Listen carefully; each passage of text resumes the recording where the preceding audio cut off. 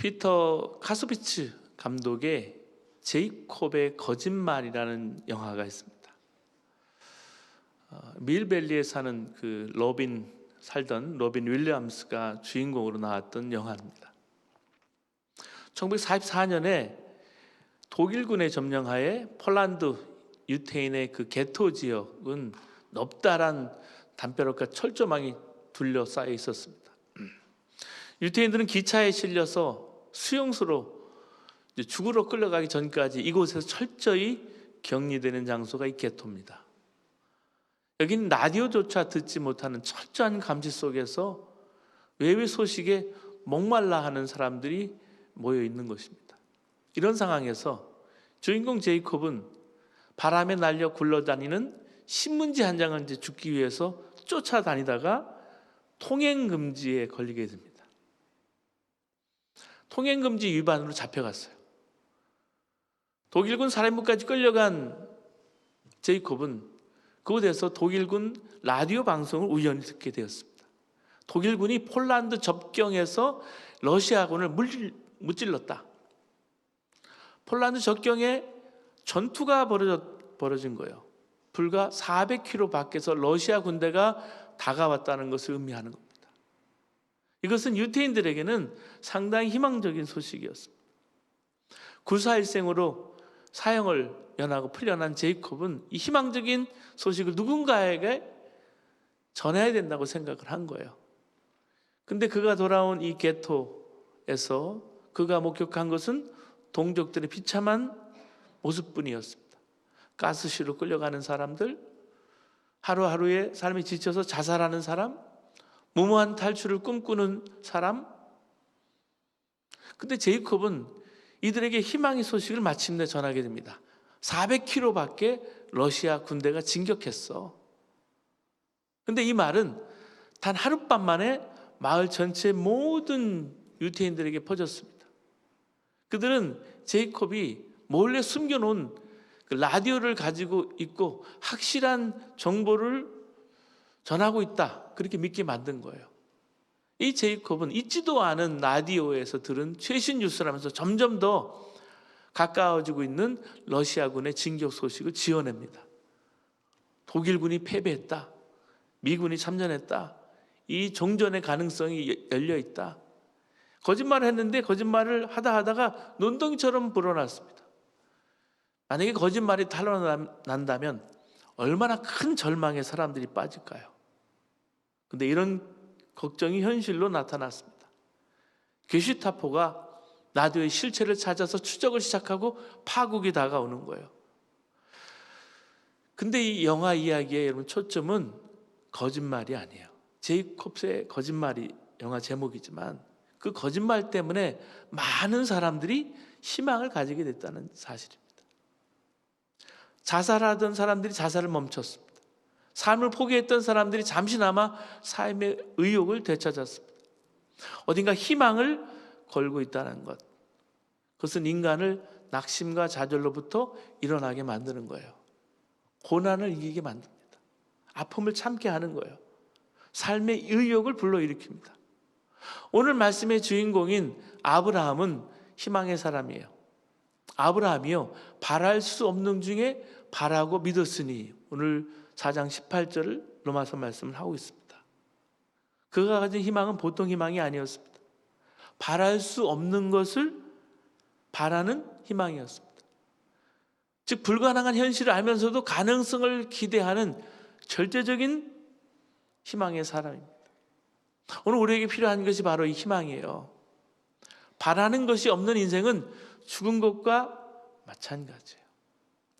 제가 아까 광고 시간에 나눔의 동산에 대해서 말씀을 드렸지만, 나눔의 동산에 있는 구성원들은 버려진 사람들이에요. abandoned.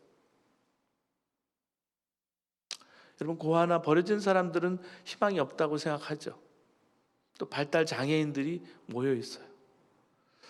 나이가 들어서 이제는 천국을 바라볼 수밖에 없는 사람들이에요. 그들의 이야기를 편지로 써서 원장님이 전해줄 때마다 이것은 바랄 수 없는 중에 바라고 사는 사람들의 이야기구나 하는 것을 저는 듣게 되었어요. 그 나눔동산 위에 무당이 산당을 지려다가 기도를 정말 세게 해서 그런지 산당을 못 짓게 됐어요. 그런데도 이제 거기 가는 길이 이 건물, 예전엔 건물을 이제 무허가로 짓다 보니까 측량을 제대로 하지 못해서 지었기 때문에 이제 무너뜨리고 새로 지어야 되는 거예요. 근데 그 많은 것 중에 바랄 수 없는 중에 또 춘천 나눔의 동산에서 카페 동산으로 청소년들을 위해서 희망을 불어넣은 일을 하고 있어서 함께 멀리 있는 예수 하나님께서 그 일을 돕게 된 것은 하나님의 은혜이고 믿음 때문이에요. 아브라함이 바랄 수 없는 중에 바라고 믿었다라고 로마서 4장 18절은 말씀해 주고 있습니다. 이거를 중간 부분을 빼면 결국 아브라함이 믿었다 이거예요. 근데 그냥 믿은 게 아니에요. 바랄 수 없는 중에, 즉 소망에 거슬러서 바라고 믿었다는 뜻입니다. 영어 성경을 보면 좀 더 뚜렷하게 나타납니다. Against all hope, Abraham in hope believed. 모든 소망을 거슬러서, 여러분 역류에서 막 올라가는 연어도요 거슬러 올라가잖아요. 소망 가운데 붙잡혀서라는 거예요. 그 소망이 있어서 거슬러 올라가는 거예요. 소망을 거슬러서 소망에 붙잡혀서라는 그 대비적인 구절이 나오는데 아브라함이 직면하고 있는 삶의 위기를 말하고 있는 거예요. 사랑하는 여러분, 우리 삶 가운데는요 삶의 위기가 있어요. 현실을 보면 희망이 없을 수 있어요. 인간의 지성과 경험에 의하면 상황은 절망적인 거예요. 이처럼 희망과 소망을 줄 수 있는 모든 것이 단절되었지만 그럼에도 불구하고 소망을 갖고 있었다는 말입니다. 어떤 소망이에요? 바로 하나님의 약속 때문에 갖게 되는 소망입니다. 현실은 소망을 거부합니다. 하지만 하나님의 약속은 그걸 요청하기 때문에 내가 따라갈 수 있다는 사실이에요. 현실을 넘어서겠다는 겁니다. 여러분, 의심과 믿음 두 가지가 동시에 아브라함에게도 있었어요. 현실을 직시하면 의심이 점점 커지지만 하나님의 약속을 바라보면 믿음이 생겼습니다. 이 두 가지가 일으키는 충돌 가운데 아브라함은 갈등합니다. 그리고 결국 아브라함은 하나님의 약속을 받아들이게 됩니다. 의심이 아니라 믿음을 선택한 거예요.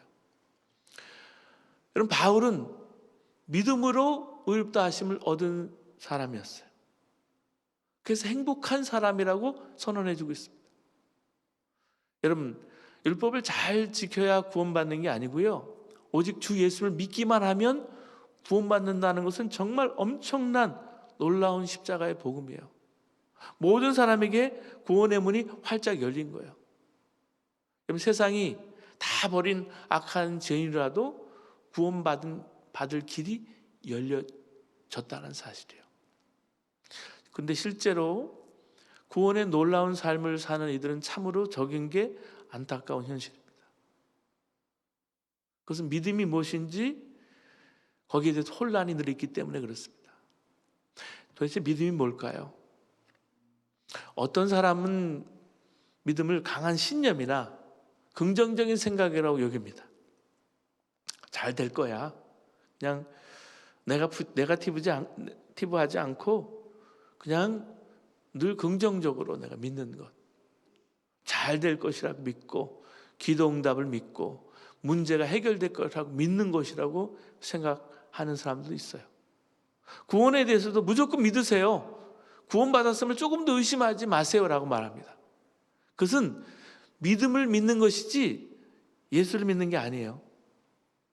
믿음은 단순히 의심하지 않는 게 아니라 계속 하나님을 바라보는 거예요. 믿음의 주에 온전케 하시는 이인, 완전케 하시는 이인 예수님을 바라보자. 우리는 연약하니까 예수님을 우리 삶의 매 순간 그 십자가를 바라보면서 예수님 바라보면서 나가는 거예요. 요한복음 17장 3절에 영생은 곧 유일하신 하나님, 유일하신 참 하나님과 그가 보내신 자 예수 그리스도를 아는 것이니라 이렇게 말씀해 주고 있습니다. 여기서 아는 게 뭘까요? 유명 정치인이나 연예인을 아는 게 아니에요. 부부 사이에 안다라고 얘기할 때 친밀한 걸 말하잖아요. 늘 같이 지내는 사이예요. 내가 예수님과 얼마나 가까이 친밀하게 지내느냐. 예수님은 내가 뭐 율법을 잘 지켰느냐 안 지켰느냐 불꽃 같은 눈동자로 우리를 정죄하고 바라보는 분이 아니에요. 주님은 나를 아세요. 내 모든 걸 아세요. 내가 예수님과 정말 가까운가 친밀한가. 믿음의 주여 또 온전케 하시는 예수를 바라보자. 히브리서 12장 2절의 말씀은 믿음은 계속 주 예수님을 바라보는 거예요. 에베소서 3장 17절에 믿음으로 말미암아 그리스도께서 너희 마음에 계시게 하시었고. 마음에 누가 있어요? 마음에 누가 있다는 말은 항상 그를 생각하고 있다는 말이잖아요. 그렇듯이 믿음은 항상 예수 그리스도를 생각하는 거예요. 내가 아침에 일어나서 예수님을 생각하고 예수님 하고 일어나는 것과 아우 힘들다 피곤하다 죽겠다 하고 일어나는 것과 너무나 달라요. 예수님 오늘 내가 눈을 떴어요. 살아있는 것 자체가 너무 감사해요. 호흡을 하는 것 자체가 감사해요. 예수님 부르고 예수님 생각하고 예수님 바라보고 매 순간 매 시간 하루를 그렇게 사는 사람과 그렇지 않는 사람은요 달라요. 내 마음에 주님이 있으면 항상 주님을 생각하고 주님 바라보고 주님 닮아가게 됐어요. 이렇게 믿음으로 구원받는 복음은 신약시대에 갑자기 빅뱅처럼 생긴 게 아니에요. 흔히 구약시대는 율법으로 구원받고 신약시대는 믿음으로 구원받는다고 생각하시지만 아닙니다. 구약이나 신약이나 다 믿음으로 구원받는 거예요. 사도 바울은 그 증거로 유대인들이 너무나 잘 아는 아브라함과 다윗을 오늘 예로 들었습니다. 창세기 15장 6절에 보면 분명히 아브라함이 믿음으로 의롭다함을 받았다 그랬어요. 3절 말씀 보시면 성경이 뭐라고 말합니까? 아브라함이 하나님을 믿음에 그것이 그에게 의로 여겨진 바 되었느니라 라고 말씀해 주고 있습니다. 아브라함이 믿음으로 의롭다함을 받았다는 말은요, 아브라함도 죄인이었다는 거예요. 흠이 많았다는 거예요. 믿음의 조상이지만 흠이 많았습니다. 아브라함은 오직 믿음으로 의롭다함을 인정함을 받은 사람이에요. 다윗도 그래요. 다윗은 성군이잖아요. 이스라엘 국기에 보면 다윗의 별이 있어요. 그만큼 다윗을 생각하는 나라가 이스라엘이에요. 다윗은 성군이에요. 하지만 그는 우리아의 아내 바세바를 범했습니다. 10계명의 7번째 계명 간음죄를 범했어요. 또 어떻게 했습니까? 우리아의 아내만 범한 게 아니라 우리아를 전쟁통에 보내가지고 죽게 했어요. 우리아를 죽임으로 10계명의 6계명의 살인죄도 범했습니다. 자, 율법으로는 간음죄와 살인죄 도저히 구원받을 길이 없는 사람이에요. 가망이 없는 사람이에요. 그럼에도 불구하고 다윗은 고백합니다. 7절 말씀 보시면 불법이 사함을 받고 죄가 가리워짐을 받는 사람들은 복이 있고 8절 보시면 주께서 그 죄를 인정하지 아니하실 사람은 복이 있도다 함과 같으니라. 다윗은 용서받은 사람이에요. 그것은 늘 다윗이 하나님 바라보고 하나님 마음에 든 사람, 하나님 마음에 합한 삶을 살았기 때문입니다. 사도 바울은 아브라함에 대해서 좀 더 자세히 말씀합니다. 믿음이 무엇인지 이해하는데 매우 중요하기 때문에 창세기 10장에 보면 하나님께서 아브라함에게 말씀하시잖아요. 내가 내게 지시할 땅으로 가라. 너는 갈대아 우르를 떠나라. 고향을 떠나서 내가 지시할 땅으로 가라 하시면서 두 가지 약속을 주세요. 하나는 땅을 주시겠다는 약속이고 또 하나는 자식을 주시겠다는 약속이에요. 자식을 주어서 큰 민족을 이루게 하시겠다. 아브라함이 그 약속을 믿는데 엄밀히 말하면 아브라함이 약속을 믿은 게 아니잖아요. 약속을 허락하신, 약속을 주신 하나님을 믿은 거예요. 하나님께서 그래서 그 믿음을 보시고 아브라함을 의롭다라고 여기신 거예요. 창세기 15장 6절에 아브라함이 여호와를 믿으니 여호와께서 이를 그의 의로 여기시고. 근데 그 후에 아브라함이 어땠어요? 하나님이 의롭다고 여기셨는데 아브라함의 행동은 믿음이 없었어요. 믿음 없는 행동을 여러 번 반복했어요.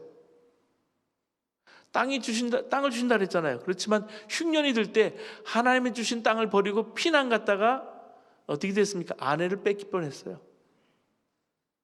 거기서 또 아내를 누이라고 했다가 거짓말까지 해요. 아들을 주시겠다고 했는데 몸종 하갈에게서 이스마엘을 낳기도 했습니다. 지금도 그 비극이 계속되고 있잖아요. 그것이 아브라함이 그 순간순간 하나님을 바라보지 못했기 때문에, 하나님을 바라보지 못하면 약속도 믿지 못하게 되는 겁니다. 하나님이 분명히 약속을 주셨는데도. 그런데요, 99세가 된 어느 날, 자신도 아내도 아이를 낳을 능력을 상실했을 때, 이게 바랄 수 없는 거예요. 바랄 수 없는 중에 바라고 믿는 것인데 천사가 와서 말하는 거예요. 내년에 100세에 아들을 낳으리라. 아브라함에게는 엄청난 충격이었습니다. 그런데 아브라함은요, 그 말씀을 또 믿었다 그랬어요. 19절 말씀 보시기 바랍니다. 그가 100세나 되어 자기 몸이 죽은 것 같고 사라의 태가 죽은 것 같음을 알고도 믿음이 약하여지지 아니하고. 이건 정말 특별한 일입니다. 사라는 뒤에서 웃었어요. 왜? 도무지 믿어지지 않으니까. 천사가 알고 네 아내가 왜 웃느냐 했어요. 사라가 겁이 나서 안 웃었습니다. 거짓말했어요. 근데 천사가 말했습니다. 웃었느니라. 그러나 그 일로 사라에게 아무런 징계를 내리지 않았습니다. 천사도요, 왜 안 웃겠느냐? 웃을 수밖에 없겠지. 이해한 거예요. 사라가 정상이란 말이죠. 여러분, 100세의 아들을 낳을 것이라는 걸 믿는 아브라함이 이상한 거죠. 그러면 아브라함은 어떻게 믿을 수 있었을까요? 아브라함은 하나님을 바라봤기 때문입니다. 아브라함이 도대체 어떤 하나님을 바라본 걸까요? 어떻게 믿은 걸까요? 17절에 나옵니다. 여러분, 17절 말씀 보시기 바랍니다. 그가 믿은 바 하나님은 죽은 자를 살리시며 없는 것을 있는 것으로 부르시는 이시니라. 아, 하나님, 그래, 죽은 사람들을 살리시며 없는 것들을 불러내어 있는 것이 되게 하시는 그 하나님. 하나님이면 할 수 있지, 이렇게 생각한 거예요. 이건 대단한 겁니다. 그것을 99세 21절 말씀 보시기 바랍니다. 약속하신 것을 또한 능히 이루실 줄을 확신하였으니. 하나님 약속하신 것을 능히 이루실 줄을 확신한 거예요. 그래서 믿는 자에게 능치 못함이 없는 거예요. 내게 능력 주시는 자 안에서 내가 모든 것을 할 수 있느니라는 것은 긍정적인 믿음 사고방식이 아닙니다. 내가 하나님이 그렇게 능히 하실 수 있는 분임을 내 안에서 믿는 거예요. 내 안에 성령님께서 그렇게 허락하시는 거예요. 아브라함이 이렇게 하나님 바라보고 하나님 믿어서 약속을 믿으니까 하나님께서 그동안의 모든 실수를 다 덮어주셨어요. 오늘 부른 영어 찬양처럼 하나님이 무덤에 그 모든 걸 덮어주셨더니 우리의 허물과 모든 죄를 덮어주셨어요. 오늘 18절에서 22절 말씀 보시기 바랍니다. 아브라함이 바랄 수 없는 중에 바라고 믿었으니 이는 내 후손이 이 같으리라 하신 말씀대로 민족의 조상이 되려 하심이라. 20절 말씀에 믿음이 없어 하나님 약속을 의심하지 않고 믿음으로 견고하여져서 하나님께 영광을 돌리며. 22절 말씀에 그러므로 그것이 그에게 의로 여겨졌느니라. 여러분, 이 일이요, 아브라함이 할례 받기 전 일이거든요. 아브라함은 그 후에 17장에 가서 할례를 받습니다.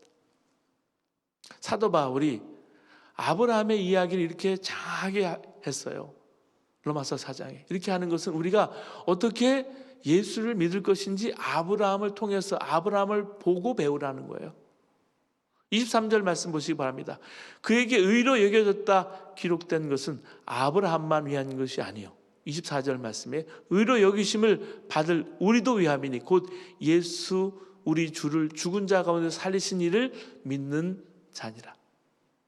오직 하나님만 바라보고 하나님만 의지했던 아브라함처럼 예수님 바라보고 예수님만 의지하고 예수님께만 순종하라는 거예요.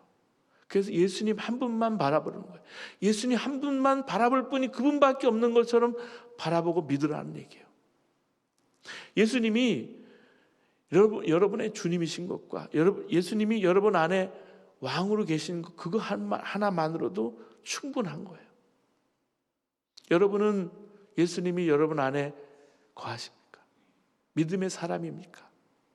그 말은 항상 내가 예수님과 동행하느냐, 내가 예수님 의식하느냐, 예수님 바라보느냐, 주님과 얼마나 친밀한 사람인가 하는 걸 묻고 있는 거예요. 집에 가면 폭군 남편이 빗나간 자녀가 있고요, 학교나 직장에는 꼴보기 싫은 상관들이 있고요, 도무지 변화시킬 수 없는 것처럼 보이는 절벽 같은 상황이 월요일날 가도 또 기다리고 있을지도 몰라요. 이런 형편에서 어떻게 믿고 살라는 걸까? 탄식하는 분들을 봅니다. 믿음으로 산다는 것은 어떤 처지나 형편할지라도 내가 주님 바라보고 주님을 앙망하는 거예요. 그것뿐이에요. 이스라엘 백성들이 광야에서 뱀에 물려서 다 죽게 되었습니다. 그때 하나님께서 구원의 방법을 해결해 주신 것은 뭐 약을 처방해 주신 것이 아니잖아요. 놋뱀을 만들어서 올렸어요. 그 뱀을 쳐다보라고 하셨습니다. 그때 놋뱀을 쳐다본 사람들은 다 나았습니다. 이게 구원받는 믿음이에요. 우리가 예수를 믿는다면 그저 주님 바라보는 거예요. 그 다음은요, 주님이 하시는 겁니다. 가끔 아이들 보면 재밌잖아요. 엄마에게 혼나고 맴매하고 야단 맞으면서도 그냥 엄마 무릎에 엉덩이를 갖다 대고 턱 앉습니다.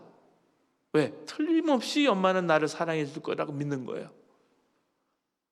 그렇게 말 안 듣고 개구장이 짓을 다 하면서도 엄마 아빠는 자기를 사랑해 줄 거라는 믿는 그 확신이 있는 거예요. 그 믿음이 신기하고 놀라운 거예요. 아이들에게 어떻게 이런 믿음이 생겼을까요? 항상 엄마 아빠를 바라보고 살았기 때문에.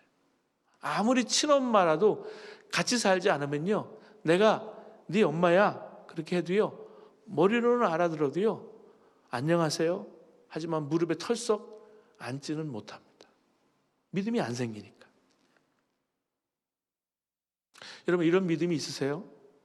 주님이 여러분과 가까우세요? 주님이 여러분과 오늘도 대화할 만큼 친밀함이 있으십니까? 아무리 세상에서 성공했다, 대단하다 평가를 받더라도 주님 앞에 섰을 때 주님이 낯설면 그분은 실패한 거예요. 믿음이 없이 산 겁니다. 주님을 만났을 때 주님이 나와 가까이 친밀하게 여겨지면 그 인생은 성공한 사람입니다. 사랑하는 여러분, 성공하시기를 바라요. 주님은 돌아온 탕자 이야기를 하셨습니다. 탕자가 거지가 돼서 돌아왔습니다. 아버지는 잘못을 따지지 않고 묻고 따지지 않고 내 아들이 죽었다 살았다, 내가 잃었다가 얻었노라, 잔치를 하자라고 했습니다. 탕자가 이런 구원을 받은 까닭이 뭡니까? 전적으로 이것은 아버지 하나님의 사랑 때문입니다. 은혜 때문이에요. 그러나 탕자가 아버지에게 돌아오지 않았다면 그 사랑과 은혜를 누리지 못했을 거예요. 탕자에게는요, 선하신 아버지에 대한 기억이 있었습니다. 그래서 항상 아버지 쥐엄 열매를 먹고 돼지와 함께 살면서도 아버지를 생각했어요. 그래서 자기의 삶의 방향을 돌렸어요. 삶의 방향을 돌린 게 회개인데 아버지에게로 걸어 들어왔어요. 그게 믿음이에요. 하나님께로 돌아가는 거예요. 내 인생의 방향을 정한 거예요. 사랑하는 여러분, 인생의 방향을 정하는 것이 그렇게 중요해요. 믿음은 아버지를 바라보고 아버지께로 그래서 움직여 나가는 겁니다.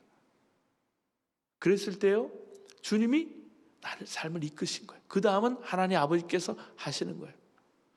현존하는 가장 위대한 선교사라고 불리는 분이 있습니다. 타임즈가 선정한 스탠리 존스 선교사입니다. 그래서 우리 자녀들을 위해서 기도해 주셔야 돼요. 이 스탠리 존슨 선교사가 15살 때 한 집회에서 예수님을 주님으로 영접하고 결심을 했습니다. 그리고 2년 후에 17살 때 순회 설교자, 서킷 라이더 순회 설교자 로버트 제이 베이트먼의 집회에서 주님을 만났습니다.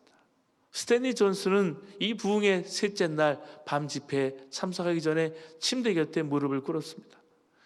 진정 거듭난 자가 되기를 간절히 바라는 마음이 너무나 간절해서 이제까지 드렸던 기도 중에 가장 신실한 기도를 그의 생애에서 드린 거예요. 간단한 기도였지만 생명을 건 기도였습니다. 예수님, 오늘 밤 저를 구원하소서. 그래서 한 줄기 빛이 어둠 속을 뚫고 들어오는 것 같았다라고 그는 일기에 쓰고 있습니다. 주님이 응답하신 거예요. 그는 바로 교회로 달려갔습니다. 그리고 그동안 한 번도 앉은 적이 없는 저 맨 앞자리에 가서 앉았습니다. 설교가 끝났을 때 기도의 제단에 가장 먼저 달려갔습니다. 그리고 무릎을 꿇기 전에 천국이 그의 영 속으로 뛰어들었다라고 했어요. 그리고 이런 느낌을 받은 거예요. 7가지 느낌인데, 첫 번째는 하나님께 용서받았다는 느낌이 강하게 들었습니다. 두 번째는 본향이 바로 거기로 돌아왔다는 느낌. 내가 본향으로 돌아왔다. 세 번째는 삶의 목표와 방향이 분명해지고 목적을 찾았다는 느낌이 든 거예요. 여러분, 삶의 목적이 분명하면 그러면 된 거예요. 그리고 네 번째, 혼자가 아니다. 늘 함께 하시는 분이 있다는 것을 깨달았습니다. 다섯 번째는 어엿한 사람이 되었다는 느낌이 들었습니다. 여섯 번째는 온전해졌다는 느낌이 들었습니다. 그리고 일곱 번째, 은혜를 받았다는 느낌이 들었어요. 그는 뒤에 있는 사람 붙잡고 외쳤습니다. 나는 그것을 소유했어요. 나는 이제 주님의 것이다. 소외감, 고아와 다름없다는 느낌은 사라졌다. 나는 주님과 화해했다.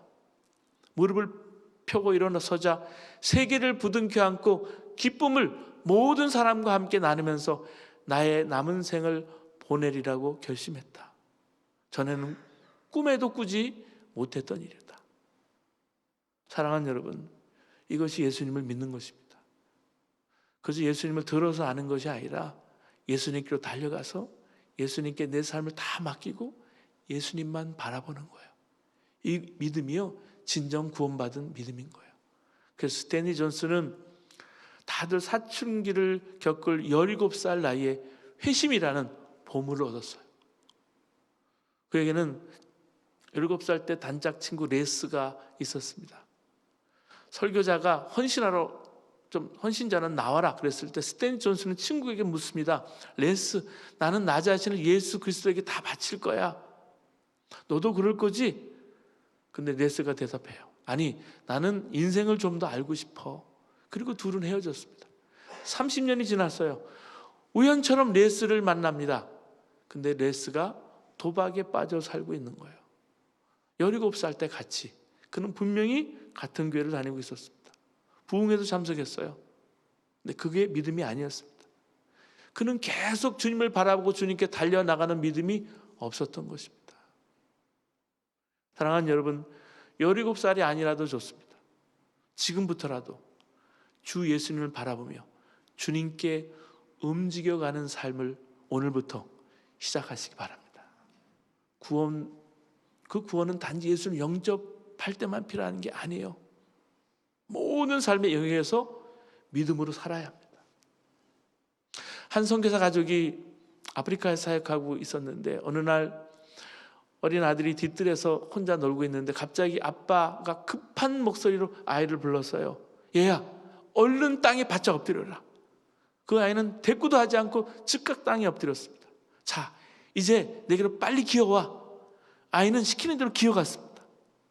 이제 일어나서 나에게 뛰어와. 그 아이는 아버지 품으로 달려와서 안겼습니다. 그리고 나서야 자기가 놀던 나무를 쳐다보게 되었어요. 거기에는 길이가 5m나 되는 무서운 독사가 나뭇가지에 매달려 있었습니다. 만일 그 아이가 아버지의 말을 믿고 순종하는 걸 배우지 못했다면 어떤 결과가 빚어졌을까요? 사랑하는 여러분, 이것이 우리의 영적 현실입니다. 우리는 믿음으로 구원받아야 하지만 계속해서 내 삶의 한복판에서 주님 바라보고 살아야 합니다. 하나님께서는 완전한 구원을 준비해 주셨습니다. 십자가예요.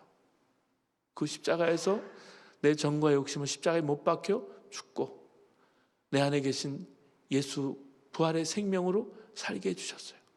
근데 우리가 계속해서 주님 바라보지 않는다면 주님은 우리가 완전한 복음을 누리게 해주실 수 없으세요. 우리는 실패할 수 있습니다. 좌절할 수 있어요. 우리에게 필요한 것은 실패했을 때 예수님을 다시 바라보는 것밖에 없어요.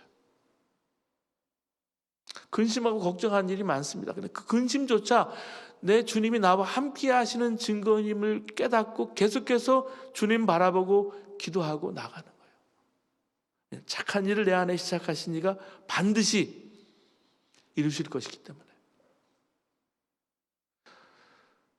그렇게 하다 보면 말할 수 없는 고통스러운 형편에 힘들어하는 분들을 많이 보게 됩니다. 그러나 또한 그런 형편에서도 놀라운 구원의 삶을 사는 이들이 많습니다. 이게 믿음의 차이예요. LA에 이제 지금은 그만두셨지만 한길교회라고 더 웨이 교회라고 두 교회를 합쳐서 섬기셨던 노진준 목사님이 계신데 이 목사님은 소아마비 장애인입니다. 그는 어려서부터 난 강해야 돼. 그 생각으로 치열하게 살았다 그래요. 그래서 공부도 운동도 남보다 뒤처지지 않으려고 발버둥을 쳤습니다. 늘 또 사람들을 웃겨야 한다는 강박관념을 가지고 살았습니다. 그런데 하나님은 어느 날 나는 너를 강하게 해주지 않겠다 하셨답니다. 그러면서 하시는 말씀이 내가 너의 강함이 되어줄 것이다. 그 말씀에 통곡하면서 스스로 강해지려는 강박관념에서 노임을 받았다고 했습니다. 그런데 하나님이 강하신 것은 알겠는데 어떻게 그 하나님이 나의 강함이 될 수 있을까요? 강하신 주님을 바라보는 거예요. 믿는 거예요. 그게 믿음입니다. 그때 강하신 하나님이 우리의 강함이 되시는 것입니다. 매 순간 주님을 바라보시며 바랄 수 없는 중에 바라는 믿음을 가지고 주님과 동행하시는 저와 여러분 되시기를 주님으로 축원합니다.